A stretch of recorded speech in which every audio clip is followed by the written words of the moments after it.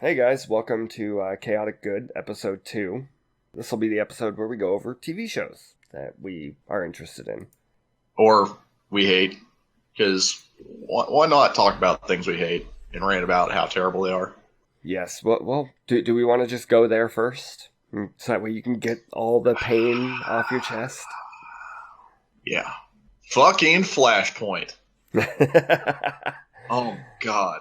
So, if you ever wanted a way to ruin 3 actual different series at one No, time, no, no. They only ruined Flash and Arrow. They didn't ruin it. They did lazy writing, is what they did.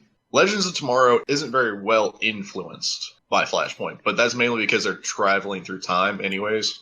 well, not only that, but I think they were in like at the beginning of their first season, so I mean, you could fuck up whatever you want and it's not going to really mess with the show. See, that's another thing that I'm sad about. They could have used Flashpoint as an out at any time. It's like, oh, we wrote all these shows into a corner, Flashpoint. But instead, they used it for no reason. Yeah, they blew their load way too early. Well, I mean, they could have fixed some plot holes that they had, and they did, so I guess that makes sense.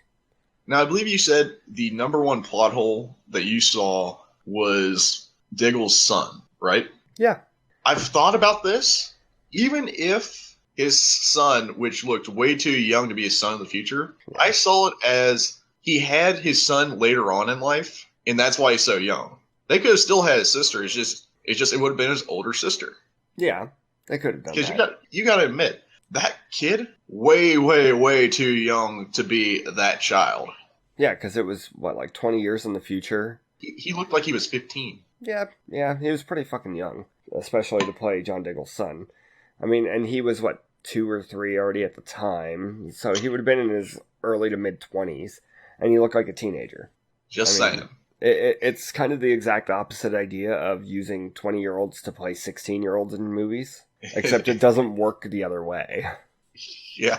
You watch some of those older films, and those kids, they have fully developed bodies, and they work out hard. You look at that as a kid, it's like, I should look like that when I'm 15. No, kiddo. Sorry. Anyways, back to the point. The reason I don't like Flashpoint is that they create conflict where there was no conflict to be had. Mostly in The Flash, though. It affected John because he now has a daughter, obviously. Son. Thank you for correcting me.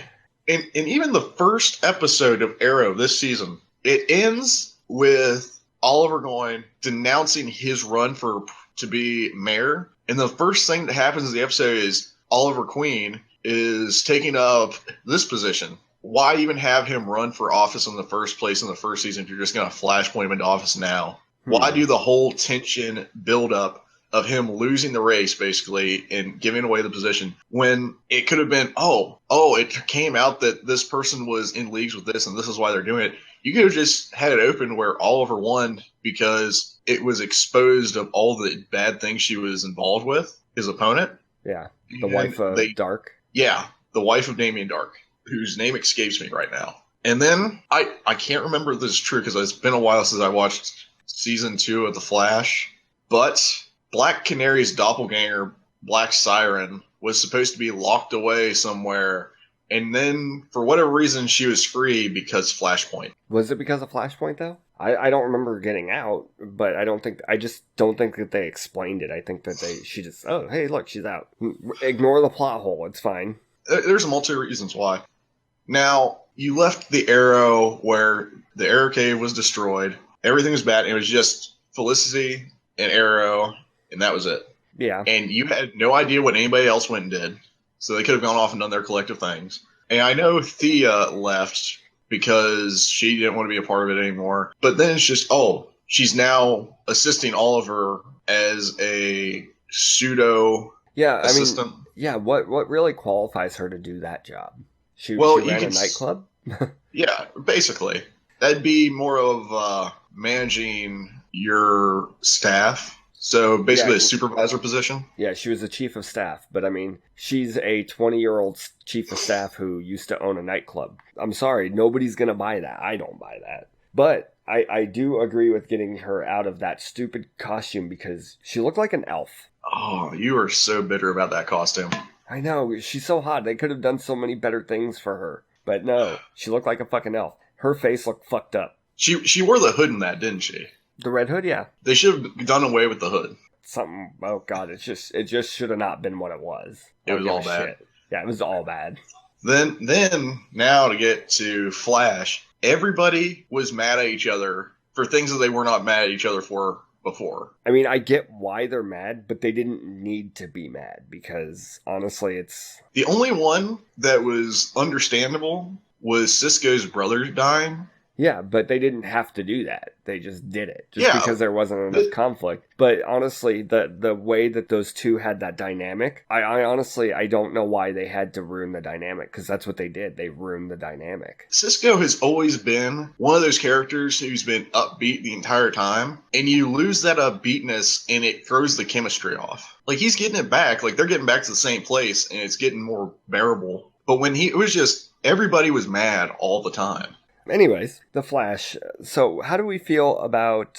It's so weird because you kill off the Reverse Flash and then the Reverse Flash comes back and then you have the Rival and then you have Nemesis. Is that what Jay's name was in season 2? No, it was Zoom. Zoom. That is the dumbest name. God.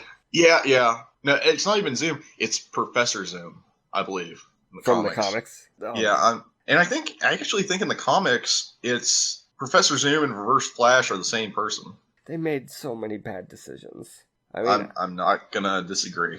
Anyways, they took a character that has two different names and they split them up into two, which I have nothing wrong with that. And isn't the Flash from Earth 2, that the fake Flash that ended up being Zoom? Yeah.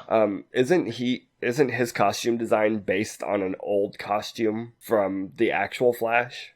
I don't think so, but I think the reason they made him look like that and they had Hunter Zolomon as a throwaway character is so they could have Black Flash. Because if you watch later on in Legends, Black Flash makes an appearance. Oh, okay. You have no idea who that is, do you? We can pretend. Okay. You obviously know who he is. It's just you want to make sure I know. Yeah, we're gonna pretend that's what it is. Yes, I'm not caught up on Legends. I suck at life. I'm a bad host. You're a bad co-host. Yes. Well, no, I mean because we're both hosts of this, but we're co-hosts to each other. I'm talking to the people. I feel bad for the people because I suck at my job. Well, I will help you get caught up on your job. Black Flash is essentially death for speedsters. Wait, because for whatever reason, it seems speedsters can outrun normal death. So there is a speedster death. Oh, okay. Because reasons. It might have something to do because they all regenerate. Like, they all have a healing factor. Yeah. And yes, I'm using healing factor, not regeneration, because healing factor sticks in my head the easiest. They all have this healing factor. I think it's because since they have the healing factor, their bodies just don't age like other people's. And if a speedster is supposed to be dead, like, Thawne is supposed to be erased from existence, but he keeps outrunning death. So he's not supposed to be in the timeline where he's just supposed to be dead. Now, Black Flash is after him because he's disrupt the natural order of things. Okay, so now what happens when the Black Flash catches him? Does everything he's done get erased? Oh, he just dies. The Black Flash grabs him and then takes him back to the Speed Force. That's why playing with time in TV shows and movies and stuff, it's just so hard to keep control of. It's that, and on top of that, it's also an easy cop-out. I mean, the Flash in the comic books, I know for a fact, has traveled fast enough to travel through time. He does it all the time. Yeah, I mean, but I'm sure it wasn't something that, he figured out 6 months in. I'm sure it took him years to get there. Oh, yeah. Flash, at this point, has the ability to run through the air. Oh, in the comics? Yes. He vibrates the water molecules in the air and gives him a slight foothold that he can run on. Essentially, if you read all about the Flash, he has stronger powers than Superman. Yeah, I know he's technically the strongest mutant in the DC universe. I won't say mutant. You know what I mean? He's a metahuman, so yeah, that's mutant enough. Screw it. And then we have crazy shit like the bolt of lightning that struck Barry Allen that gave him his powers was actually Barry Allen himself outrunning death. It's very convoluted. No, I do not accept this. This is not a thing. It's canon. It's canon. Well, sometimes canon is fucking wrong. Absolutely. I agree 100%. Because that canon is crap. Now back to the TV show. Yes, back to the TV show, The Flash. Okay. Now, how'd you feel about Iris and her dad fighting, and then her not getting along, like the whole West family getting arguments together? I did not like that because she would still be the same person. I mean, according to even the lore in the show, she was still the same person. She would have forgiven him anyways. I think it was 20 years, right? Well, like 20 odd years that Barry's mom's killed. Yeah. I don't think her dying would affect history to that extent. Honestly, you want to know what I think? I think What? that him going back gave Eobard Thawne the idea to go back and fuck with his life. Oh, yeah. That's the only thing I can think. Like the Legion of Doom and Legends now is giving him the option of doing that. Oh, of Eobard Thawne? Yeah. Yeah. And I'm just getting to the point where they're starting to introduce them. Legion of Doom, it's like the anti-Justice League. Now, here's another interesting question. The Justice League. They're the Justice League of America. How come they're just now being introduced in Legends? How come they weren't around during any of the other seasons of Flash? How come they weren't in any of the seasons of... Oh, no, because they were kind of in the season of Arrow. But it was only that chick with the ring. Or with the pendant, sorry, with the pendant. The one that... Not the same woman. What? That was that woman's granddaughter, I believe. Oh, okay. If you watched Legends, Yeah, you know. I would get it. Like I said, I'm a horrible person. I should really be shot. No, you should have a stern talking to. Is that what this is, Dad? Yes, I'm having a stern talking to you, son. We're not doing this. I am not turning into a zombie here. Okay, enough of that. Anyways, I'll get you up to date right now. The Justice Society of America. I can't remember exactly what happened, but during the 1970s, something went down and it killed off a bunch of the... I don't remember if it killed off or something happened and they disbanded, but it caused the group itself to disband and they just weren't around after that. Okay, You know, so like- this is after the Nazi thing and all that. I believe so. Okay. I don't even know if it's 1973. It was at some point So because they go back after to World War II. yeah, they go back to like 1940 something when they weren't supposed to go back to 1942 or something. I don't remember. So they go back to 1940 something. All of the legends, or not all legends, all the Justice League of America or Justice Society of America dies. They all died. And they go back and they save them, remember? Yeah. Is it after that? Was it those same ones, I should say? Yes. So then they couldn't have been really in the 70s because that's another 30 years. They would all be in their 50s at least. But essentially, the Justice Society went under. Vixen in Legends, she was... See, the reason this is getting worse is because there's a Vixen web cartoon on CW's website. I've not watched it. And that's why they tied in Vixen in live action. Okay. That's why she was very familiar with Arrow and Flash in the show, because the Arrow and the Flash were in... So basically, in order to... What you're telling me is CW is like getting all kinds of crazy. I mean, first you have Arrow, and then it Yes. ties in the Flash, and then Yes. they tie in this random webcomic, and then they tie in Legends. So in Yes. order to get all of this, you have to watch four different things. Hey, and Supergirl. And fucking Supergirl. Still not watching that show. That's fine. I don't know. It- It does not interest me whatsoever. So it's 5 shows that you kind of have to keep up with to get the full understanding of some plot lines. It's like I told you earlier, they did the 3-part crossover. Thank God Supergirl just showed up in there. They didn't have a Supergirl episode as well. Yeah.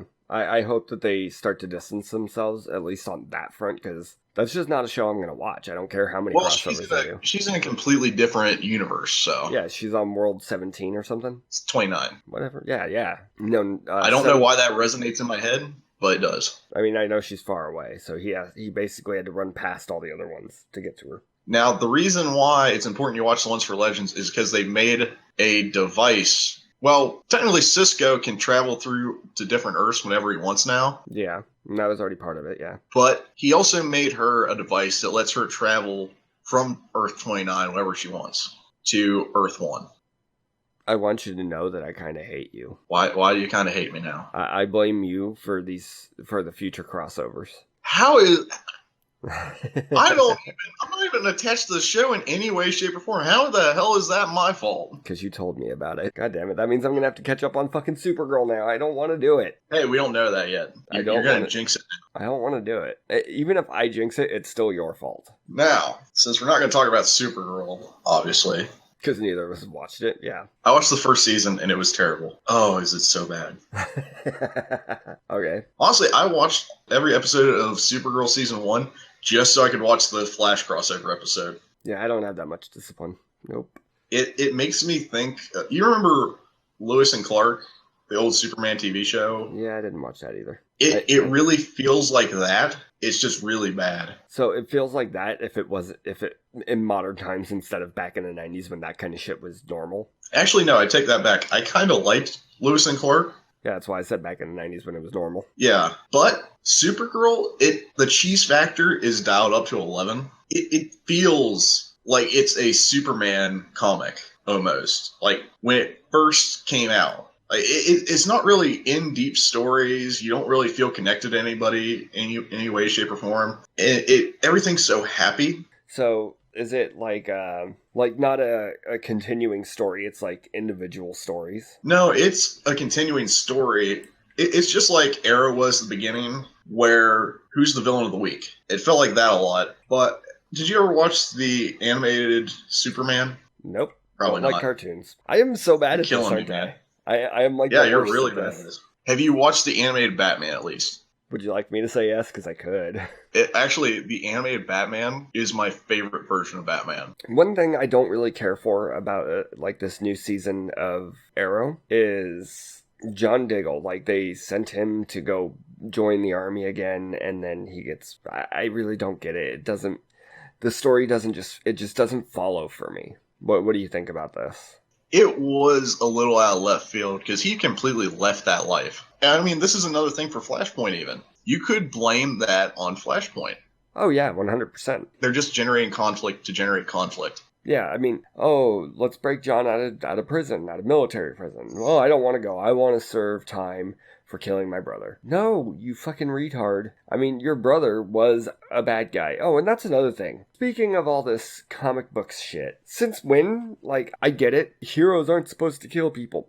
I'm sorry, that shit just does not follow. You're not gonna kill, I mean, how many people, like, let's just look at Batman. How many people has the Joker killed just because Batman refuses to kill the Joker? Way too many where it would outweigh the pros. And then you have, like, the Arrow. He went down the same vein during season 2. Honestly, I preferred Arrow the way that he was. I liked that he was willing to kill because it's what needed to be done. You know what I mean? Yeah, that was what really kept me in the show for a while. I really enjoyed the fact that it was, okay, this is no nonsense. I'm taking care of business. Mm-hmm.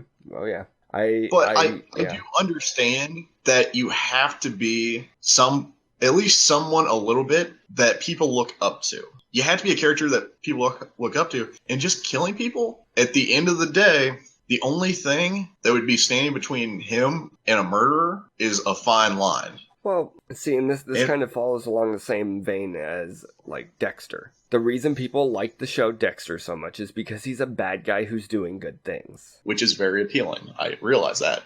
But in the context of the show, if you break it down, yes, we know he's a hero, and we know he's going to do the good thing. But if you have people within the show, you're not going to have a Team Arrow. It's just going to be Arrow working on his own until he gets caught again. Well, no, because John Diggle joined up when he was still killing people, and so did Felicity. Yeah, but it was kind of in a gray area then. I don't know. Oh, I mean, even now, they still get on about death and killing people back then. Do we want to have the gun debate? We can talk about it. Okay, well, let's talk about it. Okay, here's my main thing. I get why they did it. Well, first, we need to bring up the context of the situation. There was an episode called Spectre of the Gun. Yeah, go ahead. And at first, Devil here, he had this whole thing where he thought it was just going to be anti-gun the whole time. It kind of was. It was just going to be... Right. But it rounded out. It did. So what ends up happening is this guy comes in, has an AR-15, shoots up a bunch of people, and of course that's going to spark the gun debate. And obviously Team Arrow has their own views on why they think that there should be greater gun control, or that it's a good thing that people have guns. Well, I was going to say is, who was it that he was arguing with? He was arguing with... It was Mr. Terrific arguing with with Wild Dog. Wild Dog. Yeah, Wild Dog and Mr. Terrific. They were the two main ones that were having the conversation. And I don't know. I agree with Wild Dog in the fact that I don't think any kind of registry is a good idea. But beyond that, it really did. It did round out, although I think they spent too much time on it. I think they spent too much time talking about the gun debate. It was a little forced, I'll admit. Well, I mean, that's how it feels every time that it comes up, every time there's some sort of... Well, anytime any really divided stance issue that comes up in a show or some forum media, it always feels pushed. I mean, look at the whole politicalization of Marvel. Well, and it was very left-leaning ideologies being pushed in that realm, and then it got to the point where Marvel goes, you know what, we're going to step back and focus more on the story. Well, I mean, here's the thing. They've always had some sort of political debate in the comics. It just wasn't so overt. It was subtle. It was subtext. Yeah, the entire X-Men universe is based on the idea that hating somebody for something they can't control is bigoted in some way. It's basically the race debate, and that's how they had it back in the 60s. That's how Marvel presented it, and that's how it kind of always was. But it wasn't, ask me about my feminist agenda on the fucking t-shirt. Yeah. Or how dare you say feminist like a 4-letter word. Yeah, and oh god. And Ian Miles Chong, who has done several very good articles on this if you have a chance, and if you haven't read them or seen them, go check him out. But he did an article I saw a couple weeks ago how Marvel's kind of scaling it back from that and trying to go back to more of their roots. And I think that's what you were talking about earlier. And I think that's a good thing. You know, you can still have political stuff in your comics, but don't make it, if you don't agree with me, you're wrong, because then that just pushes all your fan base away. And it's, if you're not X, you're Y, and Y is bad. Yeah. You can break down a lot of these arguments, and if they fit a mathematical formula, then your argument's not a good one. Yeah, when everything is more nuanced, which I hate that word nuanced, only because it comes up so often, because nobody knows actually what nuance is, apparently. But the problem is you can have these political debates, and I think the problem that Marvel was having is they were alienating parts of their readership without replacing it, which is why they're having to scale back to try and bring back those people that were reading them before. Well, not only that, they could have had the same thing. They could have it like that, but if they made it more subtle instead of just flaring it in your face and telling you you're an asshole every time you try and read a comic book. Yeah, pretty much. And then you see all these people like jumping up and saying, "Oh, I'm gonna start doing this and this," and you know they're not. Yeah, well, and oh god, it's so funny because they were trying to get like the social justice warriors and shit like that, or let's make the comic books great again, basically. And then they change comics, but then they don't buy comics. So basically, they're changing something that somebody else likes because they don't like it. But when it changes, they still don't like it, so they don't buy it. So it doesn't help anybody. I'm going to bring up metal a little bit because I'm starting to see things happen there. And the people who want to change metal because it's not all-inclusive don't understand metal. Oh, yeah. When you go to a metal concert, you're all a family. Well, you go up to people in crowds, and the people you're staying with, that's your group. Well, and the funny thing is like, they always bring up this entire thing. You don't have to prove your blah, blah, blah. I'm sorry, but if you walk into a metal show wearing a Limp Bizkit t-shirt, people are going to question you on shit. They are. If you try and sit there and have a conversation with hardcore metalheads, they're going to question you. The way I see it, there's people who enjoy metal, and then there's elitists. Yeah, and there's always elitists, and I think that's what I'm getting at, is those elitists. But not only that, if you're offended by things, metal is not the genre for you. I mean, there is a bit of a line. I can't remember. It was one of the guys from Pantera. They were kind of spitting out some white supremacist stuff and all that, but people called him out on it. Yeah, and I do believe he apologized for it. I mean, yeah. I don't think that they're going to really get, especially the people that are very offended by that kind of thing. Like, honestly, I'm not, if I heard that, one of the bands that I liked was suddenly going around fucking Heil Hitler and shit like that, I'm probably not going to go see him because that's not the kind of crowd I want to be with. In fact, when I was younger, I went and saw, who did I go see? It was Twisted Method, who they're not together. They were a smaller band at the time. Dope and Mushroom Head. I went and saw them all, and This was around the time of George W. Bush. And, Dope said something negative to George W. Bush, and these fucking skinheads flipped the fuck out. And they threw, like, beers and shit at him. And they ended up leaving because they were offended by the liberal agenda or some shit. And I'm just like, really? Who cares? Honestly, if they make good music, I don't really care what their political stance is, as long as they don't try and shove it down my throat. If they wanted, spout their little piece, I mean, it was literally like a 30-second blurb. It didn't matter. And then you go to the campsites. You go to the campsites, oh, it is just one clusterfuck of a party, and they party till dawn comes up again. And you basically end up in a bartering system, and you figure out what you have and what people want, and then you get buddy with them, and then you all have a good time. And there's barely any people that I've met at metal concerts where we had a bad time hanging out together. Yeah, I've never had a problem at a metal show that I can even remember at all. I mean, I always had fun at metal shows. I just thought I'd bring up metal because I always see people talk about how, it's always just white guys playing metal. And apparently they've never seen Skid Row. Well, and No.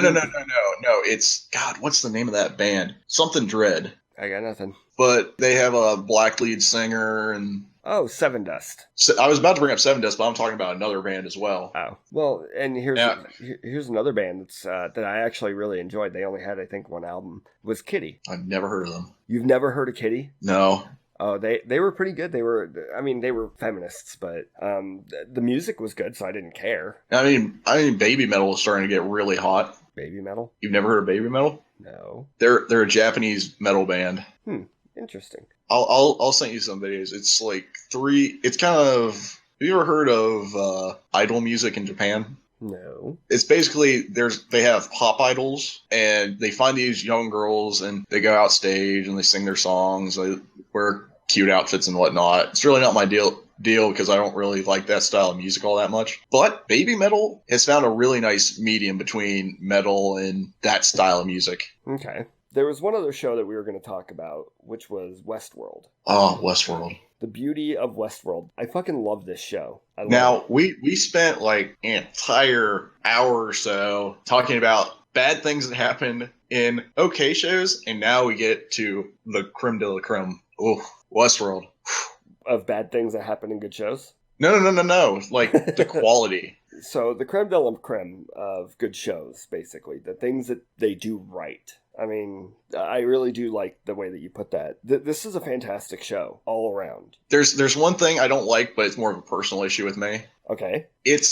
Now, if you've never seen Westworld, the idea behind it is there's this theme park, and they have different parks, and it's based around different time periods. You go in, and you go to like the Wild West, or you go to the Roman era, and they have these. I think at first they were robots, and now it's kind of like a synthetic human almost. Yeah. Oh, actually, that's exactly what it is. So then that'd be an android. Yeah. Well, they started out as robots with fake skin and stuff like that. In fact, don't they kind of bring that up towards the end of the end of the first season? Well, when you're watching them get made, they have like muscle fibers and whatnot that they build, and they have bone structures. And then near the end, you actually watch them inject fake blood into them. And it brings color to their face and stuff like that. Yeah. So it's hard to say. For now, robots, since this is a long discussion to be had about what they are.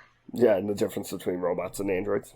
So they have these robots, and they fill the roles of NPCs in video games. Mm-hmm. Like non-playable characters. And they just live their life. Like if they're in their Old West, which is the theme of this one, obviously, they think they're cowboys and farm hands and all of that. They have futures, past lives. Yeah, and they catch glimpses of them and stuff like that too. And what they don't realize is basically every day, almost, they restart. Or if they're not on a storyline that was programmed for them, yeah, they just start back at the beginning of the day. They wake up, they go through their entire dialogue for new people who enter the park. But if they're on them on a quest or a journey, they don't reset, and they continue the story with the guest that's there. And they completely just live their lives oblivious to the situation. It's almost as if every day, like a 51st Dates kind of scenario. Or Groundhog Day. Groundhog Day works better. That's kind of top tier repeating days. Yeah, it is. It's a great movie too. But anyways, you know, and these people, they go there, you know, obviously there are places, there are kids and stuff there, but there are things that adults can do, and it It's gets, like you start at the center, and progressively, the farther you go out, the more mature it gets. and the more weird and the more involved. Even with the main robot girl, I forgot her name. What's her name? Dolores. Dolores. Even with Dolores, she's not that far out of town, but you can basically, she's made to be like a living rape doll. Well, You not know? a living rape doll, but she's supposed to be the farmhand's daughter. Yeah. And in the very beginning storyline, you can romance her and whatnot and talk to her and go on this wild adventure with her. Or if you wait later in the day, you can go and Storm the house.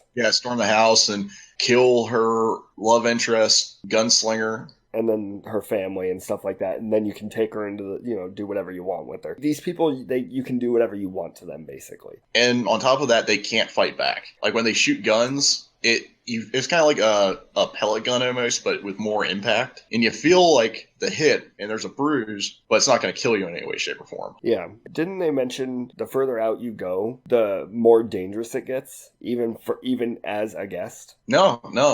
Okay, It's so just you the still more. can't get hurt. Yeah. Well, I It's know just that the they can more punch you, crazy right? it gets.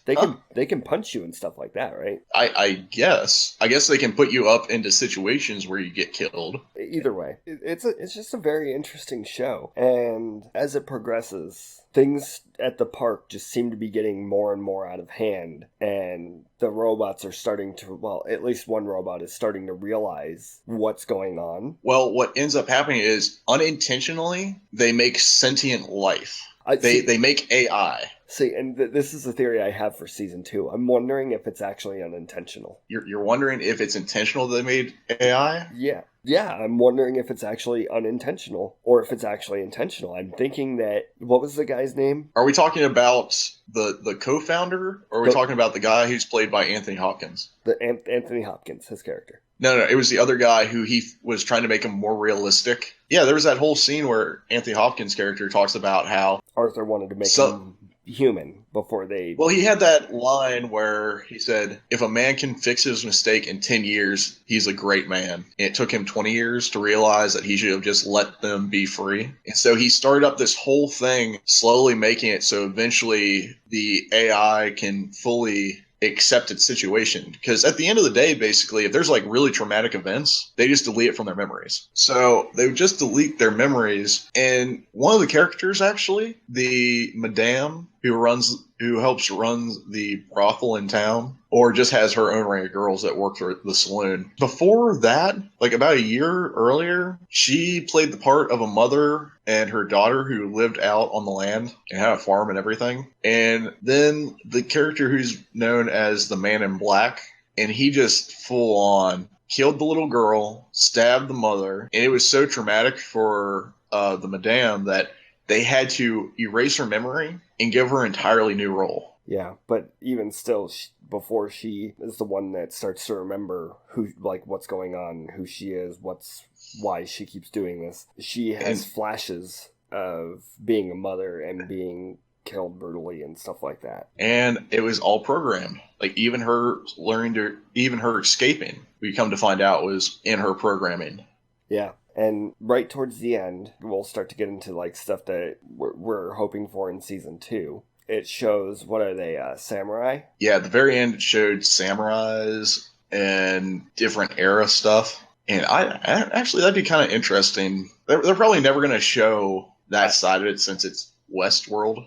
I bet they will. I bet, because they can only go so far in the one area that they're already in. I think that they'll start to bring in the other parts of the parks. I think they will eventually. I think it'll be in season 2. I think it'll be in the first few episodes, in fact. Because they've come out with a small teaser trailer. It's like 10 seconds. All it says is season 2 initiated. The only problem with season 2 being initiated is season 2 is not actually going to be initiated until October 8th, 2000. Like that. Yeah, 2018. It's going to be October 2018. So it's not like it's this year, which normally if you have a season, the next season is the next year. It's 2 years later. And it's not even like at the beginning of the year, it's most of the way through the year. So even if you watch it and you enjoy it like we did, you're going to fucking forget about it in the next year and a half. I'm going to have to rewatch it. Which the only other show that I've enjoyed that's been doing that lately is, what's that fucking show? Dr. Torchwood. I don't know if you've seen Torchwood, but they've been having huge hiatuses between seasons. Like, I think they're going on 3 years right now for this one. Jeez. Yeah. But anyways, that's well beyond the point. So what are you hoping to see? Because, I mean, they've got a year and a half.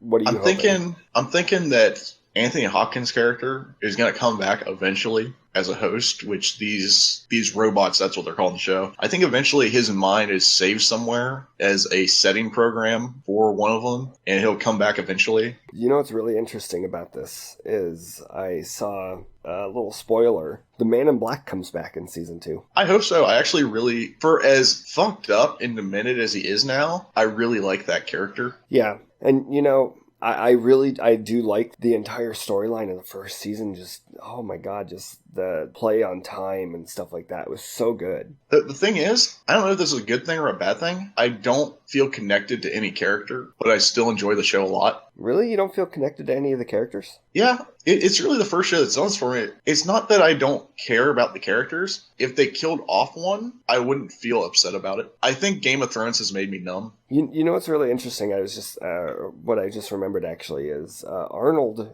is the partner that died. Anthony Hopkins is not Arnold. Bernard, who is the black guy, the programmer guy, is... Yeah, his name's an anagram for Arnold. Bernard? Yeah. Well, no, his full name, like Bernard Lowe. Anyways, it's an anagram of Arnold's name, his full name.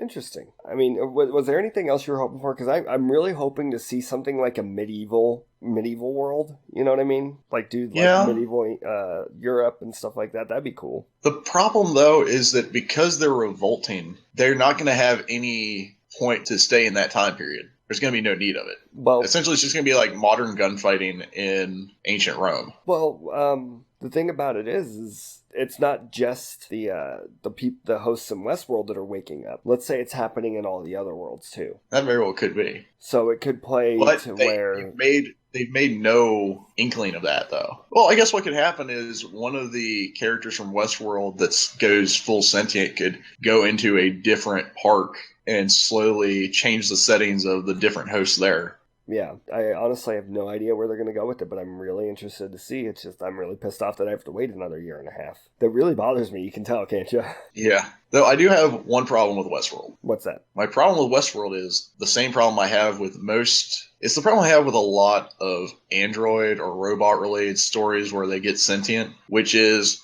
we treated these robots like such garbage, and now they're sentient, and now they're going to see all the terrible things we did to them. So they are just going to kill all of us off. They always have robots be so spiteful and see the worst of the human race. It's like, oh, wait, but there are some of us that are good. That's stupid. Yeah, well, I mean, you have that same situation with Battlestar Galactica, The Matrix, Terminator, all these things.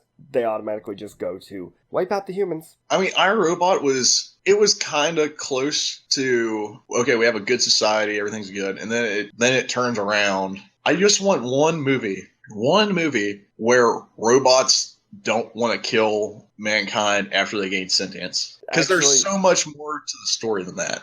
Actually, I mean, iRobot, that's actually not what it's about. What iRobot is it gains sentience to a point, and it realizes that its programming is flawed because it can't protect humanity from humanity. So it needs to take over and be almost like the guardian for humanity, but in order to take over, it has to eliminate the threats. You know what I mean? It's not. Yeah, but that's equivalency the same thing, though. Oh, it's just a slight difference. And that's been overplayed as well. I get what you're saying. I do get it because maybe, 5 out of 10 times it's going to happen to where the robots are going to be pissed off. But then the other 5 times it's not. But every single time we only see those first 5. Yeah. It's like zombie apocalypses. It's always a zombie apocalypse and not a recovering. Except for World War Z, the book. Yeah, that was a really good book. They do bring back a little bit of civilization there. But most of the time it's always... the zombies are going to take over and kill everything instead of it being a situation where this is a zombie outbreak and this should be handled in a couple of hours.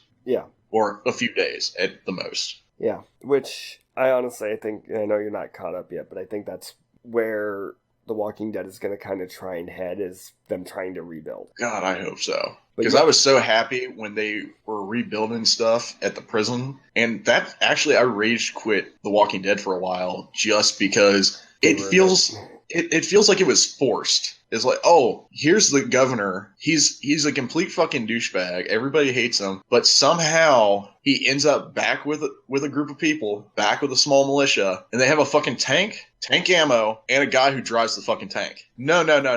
That's way too perfect of a scenario. It explains it better in the comic books a bit, because I did read the comics. So things that we're going to be talking about here in the next few weeks. Actually, next week we are going to have a review for Logan. Well, it'll be probably early to midweek. We'll have a review for Logan. The week after, we'll have a review for Kong Skull Island. Both movies I'm really looking forward to. Mostly, honestly, I'm really looking forward to Logan a little bit more, but Kong does look really fantastic. Yeah. A few other things. We're gonna be talking about a few other shows here in the next few weeks. And we'll kind of bring those up as we go. Is there anything else that we have coming up that you can think of? Currently, no. Okay. But I'm sure I'll remember Everything 2 hours from now. Yeah, everything right after we stop recording. I know that, obviously as more trailers and more movie announcements come out, we'll try and keep as close an eye on those things as we can. And if you guys see anything that you would like us to talk about or anything that we miss, just let us know in the comments below or hit us up on Twitter. Just like last time, all that information will be down in the description. How to get a hold of us, how to get a hold of the show specifically. Yeah, I think that's pretty much it for this week. What do you think? Yeah, I think we covered it. All right. Well, let's say goodbye to the nice people here. Bye, people. Have a nice day. See you guys later.